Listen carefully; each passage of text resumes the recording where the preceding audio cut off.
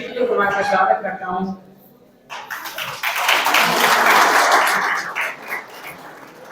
Will start. से BTech किया है और Will start. किया है। इसके साथ उनके पास 10 साल का एक्सपीरियंस है और अभी वो अपना बिजनेस रन कर रहे हैं और एक मोटिवेशनल स्पीकर भी है। एक बार जोरदार तालियों के साथ सबका स्वागत। सर्वप्रथम मैं फैकल्टी ऑफ साइंस की डीन डॉक्टर रीना दादिश मैम को मंच पर आमंत्रित करना चाहूंगा कि वो वर्कशॉप का औपचारिक उद्घाटन करें एवं सत्र में उपस्थित विद्यार्थियों को अपने बहुमूल्य ज्ञानवर्धक शब्दों से संबोधित करें।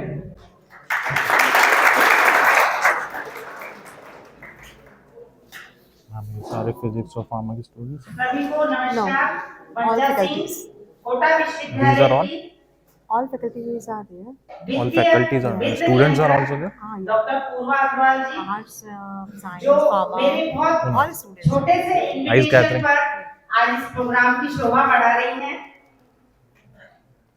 Pure department of pure and applied chemistry की विभागाध्यक्ष तथा विश्वविद्यालय की डीन स्टूडेंट वेलफेयर डॉक्टर नीलू चौहान और आज इस कार्यक्रम की जान और शान कार्यक्रम की मुख्य वक्ता श्री जितेंद्र जी, आपका हार्दिक स्वागत है कार्यक्रम में तीनों का और मेरे प्यारे स्टूडेंट्स सभी का बहुत बहुत स्वागत। व्यक्तित्व विकास युग निर्माण जब होता है तो 3 तरह का विकास होता है, व्यक्तित्व, आत्मनिर्माण, परिवार निर्माण और समाज निर्माण। तो जो आज से यह कार्यशाला शुरू होने जा रही है, विश्वविद्यालय के विज्ञान संकाय विभाग तथा इस्कॉन कोटा के संयुक्त तत्वाधान में 7 दिवसीय व्यक्तित्व निर्माण की कार्यशाला जो शुरू होने जा रही है, तो पहला चरण है युग निर्माण का। और जो मेरे यहाँ पर यंग स्टूडेंट्स बैठे हैं, ये युग निर्माण में बहुत बड़ा योगदान देने वाले हैं। तो युग निर्माण के लिए जो पहला चरण व्यक्तित्व निर्माण का है, उसकी शुरुआत स्व से होती है, जो कि आप इन 7 दिनों में देखेंगे। 7 दिन को हमने थोड़ा ब्रेक किया है, 9, 10, 11, 12 और नेक्स्ट वीक में 16, 17, 18। हर दिन यहाँ पर बहुत अच्छे एक्सपर्ट्स आपके साथ में बातचीत करेंगे, वर्कशॉप होगी, हैंड्स ऑन कुछ एक्सरसाइजेस, क्विजेस वगैरह कराएंगे। लास्ट में कॉमन क्विज होगी जिसमें प्राइज डिस्ट्रीब्यूशन भी होगा। तो बहुत अलर्ट मोड में यहाँ बैठे आप और अपने मोबाइल फोन्स को साइलेंट मोड में रखें, ठीक है। तो मेरा डॉक्टर पूर्वा जी को बुलाने का जो उद्देश्य था वो मैं थोड़ा सा साझा कर दूं। व्यक्तित्व निर्माण को लेकर के थोड़ा सा इनका इंट्रोडक्शन देना चाहूंगी। The finance officer doctor Purva Agrawal, the background इनका साइंस का है। She is MSc Zoology, NET JRF, then doctorate in Zoology, but she fight the Rajasthan Accountancy services का जो कंपटीशन है वो फाइट करके RPSC से she became the finance officer।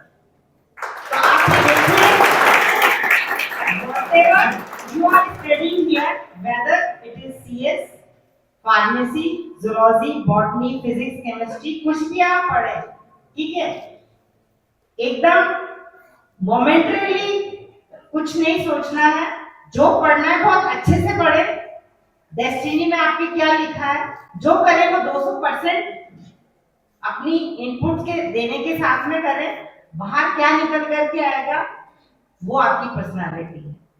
Personality को प्रति दिन प्रति क्षण इंप्रूव करना होता है। जो छोटी छोटी हमारी कमियां हैं उन्हें हर पल हमें सुधारना होता है, उसी से हमारी पर्सनालिटी बनती है। मैं बहुत ज्यादा नहीं बोलूंगी और राहुल जो बहुत अच्छी एंकरिंग कर रहे हैं उनको मैं दूंगी। आप सब बहुत अटेंटिवली सुने और सभी मंचासीन अतिथियों को धन्यवाद। जय हिंद, जय भारत।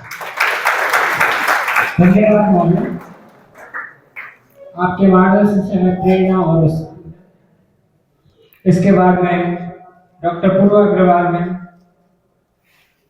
फाइनेंस ऑफिसर कोटा विश्वविद्यालय कोटा को आमंत्रित करना चाहूंगा कि वो अपने आशीर्वचन हेतु कुछ शब्द कहें।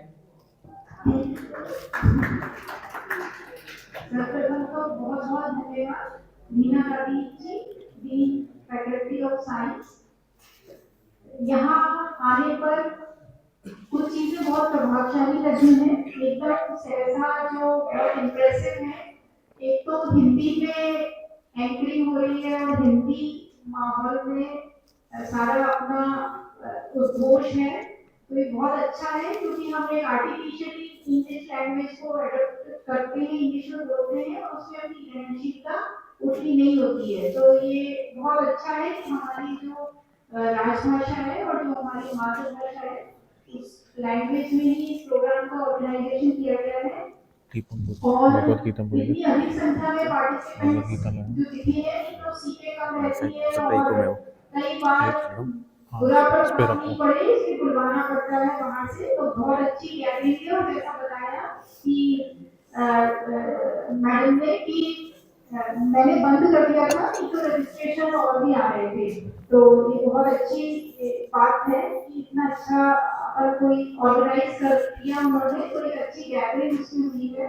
और एक इन्होंने कहा कि बिल्कुल जीरो बजट पर है इस्कॉन और फैकल्टी ऑफ साइंस जो विश्वविद्यालय की फैकल्टी ऑफ साइंस के संयुक्त तत्वाधान में है। तो ये बहुत अच्छी चीज है कि देखिए जीरो बजट में कितना एक ज्ञान का जो प्रसार होगा और जो उसमें से 7 दिन के लेक्चर में से थोड़ा बहुत ये भी ग्रहण करेंगे और उससे जो चेंजेस आएंगे पर्सनैलिटी में, तो वो लॉन्ग टर्म के जो चेंजेस लाइफ लॉन्ग रहेंगे, तो वो एक एक्चुअल आउटपुट होगा और उसका कितना अच्छा है कि जीरो बजट पे पैरेलल से कोई खर्चा नहीं किया जा रहा है।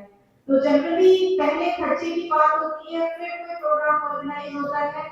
तो ये बहुत अच्छा कंसेप्ट और इनोवेटिव कंसेप्ट है एक तरीके से और बहुत इंस्पायरिंग है, क्योंकि सब जगह कहा जाता है कि भाई बजट की कमी से या कोई अटका दिया या कोई डिले हो गया, तो ये जनरली सुनने को मिलता है। तो बहुत इफेक्टिव चीज लगी मुझे कि ये बिना बजट के ऑर्गेनाइज किया गया है।